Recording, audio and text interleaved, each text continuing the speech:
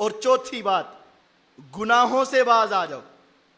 یہ ہماری جس طرح ایک جسمانی طاقت ہے نا، اسی طرح ایک روحانی طاقت بھی ہے۔ یہ بات بڑی سمجھنے والی ہے۔ جس طرح ہماری جسمانی طاقت ہے، اسی طرح ہماری روحانی طاقت ہے۔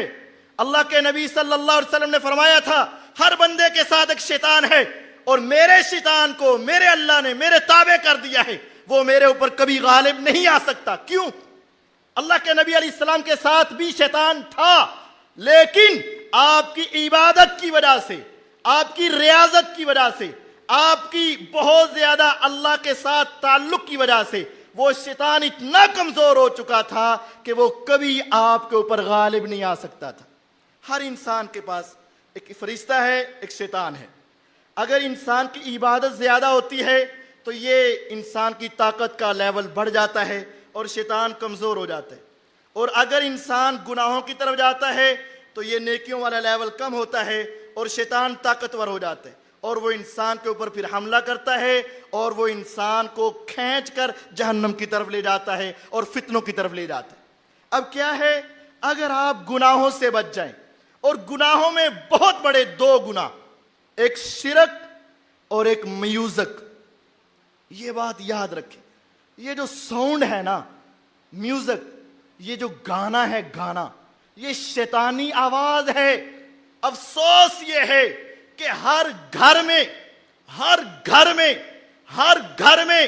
ٹی وی کی شکل میں، وی سی آر کی شکل میں، کیبل کی شکل میں، اور اس سے بڑھ کر موبائل کی شکل میں ہر گھر کے اندر آج یہ ساز بج رہا ہے، اور بسا اوقات تو یہ ساز مسجد کے اندر بھی گونجتا ہے، حالانکہ یہ شیطانی آواز ہے۔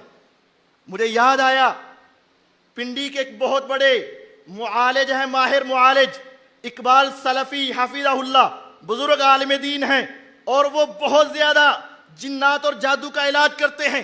انہوں نے خود یہ بات بتائی، مجھے بتائی، کہتے ہیں کہ ایک مریضہ ہمارے پاس آئی، اس کو میں اکیلے نے نہیں، تقریباً 6 سے 7 معالجین نے اس کو پکڑنا چاہا۔ کسی نے پاؤں سے پکڑا، کسی نے بازو سے پکڑا، کسی نے اس کو پکڑا، 6 سے 7 افراد نے اس کو زور سے پکڑا، اور ساری رات ہم اس پر پڑھ کے پھونکتے رہے۔ اس میں جو جن تھا نا، بہت طاقتور تھا، بہت طاقتور۔ کئی گھنٹوں کی پڑھائی کے بعد وہ بس اس طرح بے ہوش ہونے کے قریب تھا، بلکہ مرنے کے قریب تھا۔ اب ہم نے چھوڑ دیا اس کو، اب اس کے اندر ہلنے کی بھی سکت نہیں تھی۔ بس گلی کے اندر سے ایک رکشہ گزرا، اس کے اوپر ساؤنڈ لگا ہوا تھا، گانے چل رہے تھے۔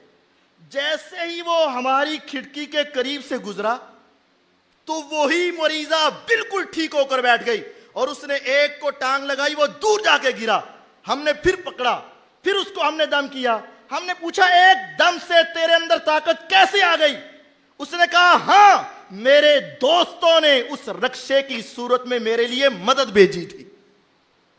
اور جب ہم یہ آواز سنتے ہیں تو ہمارے اندر طاقت آتی ہے، اور قرآن کہتا ہے، وَاسْتَفْزِزْ مَنِ اسْتَطَعْتَ مِنْهُمْ بِصَوْتِكَ وَأَجْلِبْ عَلَيْهِمْ بِخَيْلِكَ وَرَجِلِكَ وَشَارِكْهُمْ فِي الْأَمْوَالِ وَالْأَوْلَادِ۔ اے شیطان، اپنی آواز کے ساتھ جس کو بہکانا چاہتا ہے بہکا لے۔ اور یہ شیطانی آوازیں چونکہ آج ہمارے گھروں میں صبح و شام دن رات گونجتی ہیں، جس کی وجہ سے آج ہر گھر کے اندر یہ مسائل بنے ہوئے۔ خدا را شرک سے بعد آ جائیے، اور خدا را اپنے موبائل کو، ہم تو تہجد کے لیے اٹھنے کے لیے بھی جب الارم لگاتے ہیں تو ہمارے موبائل سے تب بھی ساز ہی بج رہا ہوتا ہے۔ کیسی عجیب بات ہے۔